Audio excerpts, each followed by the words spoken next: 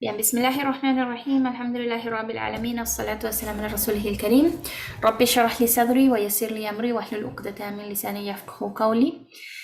La semana pasada estuvimos hablando sobre el segundo tratado de Al-Aqaba y sobre el trabajo que hizo Musab ibn Umair en Medina después del primer tratado, cuando fue enviado a dar dawa a Medina y regresó un año después a decirle al profeta que en cada casa de Medina había por lo menos un musulmán. ¿Okay?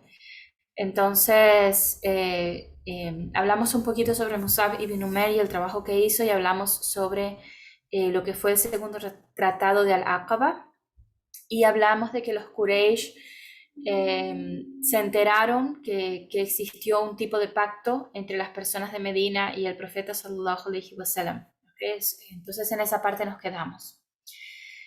Entonces estamos en lo que es a la vanguardia de la emigración, o sea, cuando empiezan a hacerse los preparativos de la emigración, una vez que las personas de Medina le dan la bienvenida a los musulmanes, como quien dice, a través del segundo pacto de Al-Aqaba.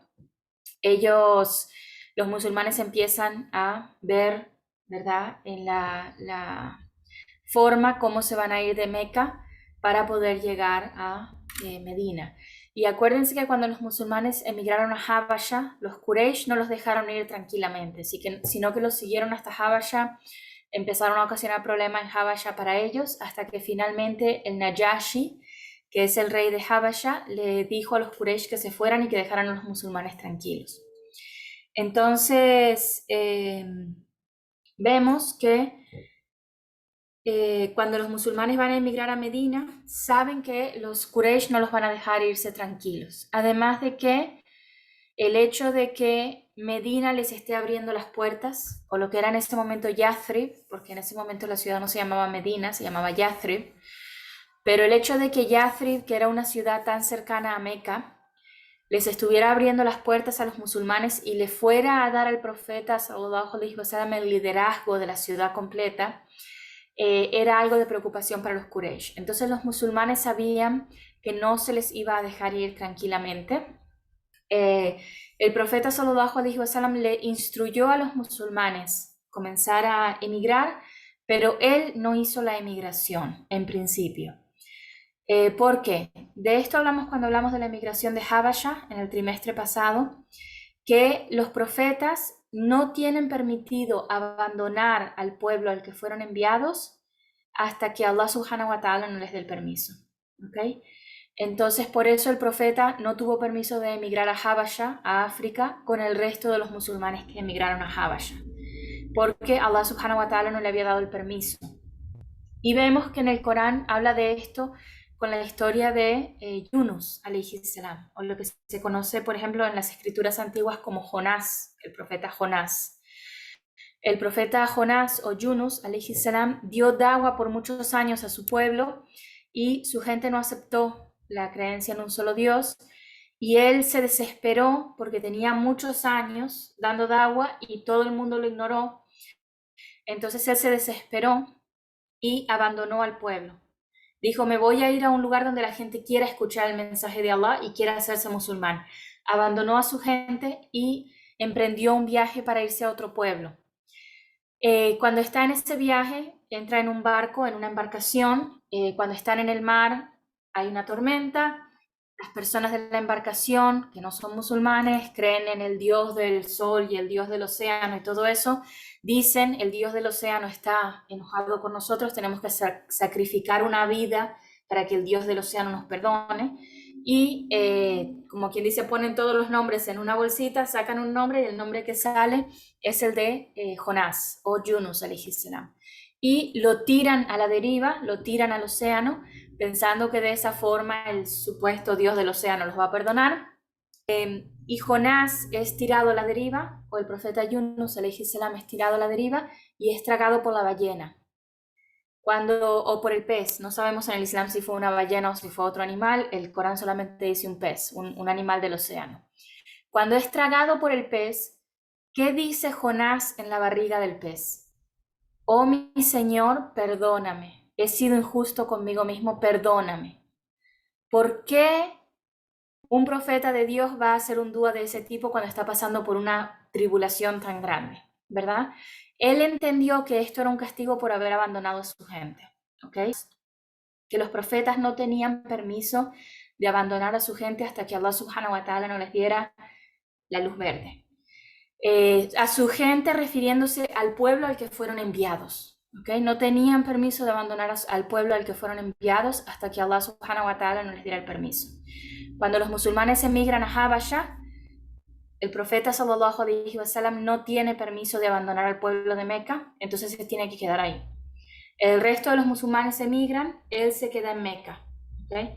Ahora, cuando los musulmanes empiezan a emigrar a Medina, es un poco diferente. ¿Por qué? El profeta había estado teniendo por un año sueños.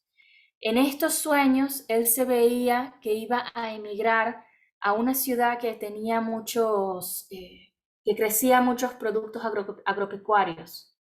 Y él entendió que tal vez era Taif.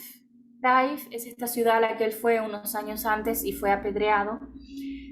¿Por qué él fue a Taif? Porque él pensó cuando veía en los sueños que iba a emigrar a un lugar que tenía mucha producción agropecuaria, lo primero que le llegó a la cabeza fue Taif, porque Taif es el lugar más cercano a Meca, que tiene buena producción agropecuaria, estar en un valle, arriba en las montañas, no es tan caluroso, no es tan seco como Meca, entonces es más, el clima es más propenso para la producción de productos agrícolas. Entonces el profeta asumió que tal vez iba a ser Taif, pero no fue Taif.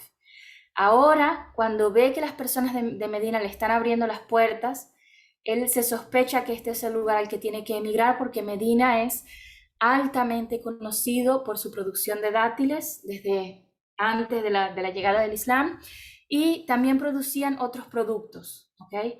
Entonces, el clima en Medina es un poco diferente del clima en Meca. Entonces era más propenso también a la agricultura.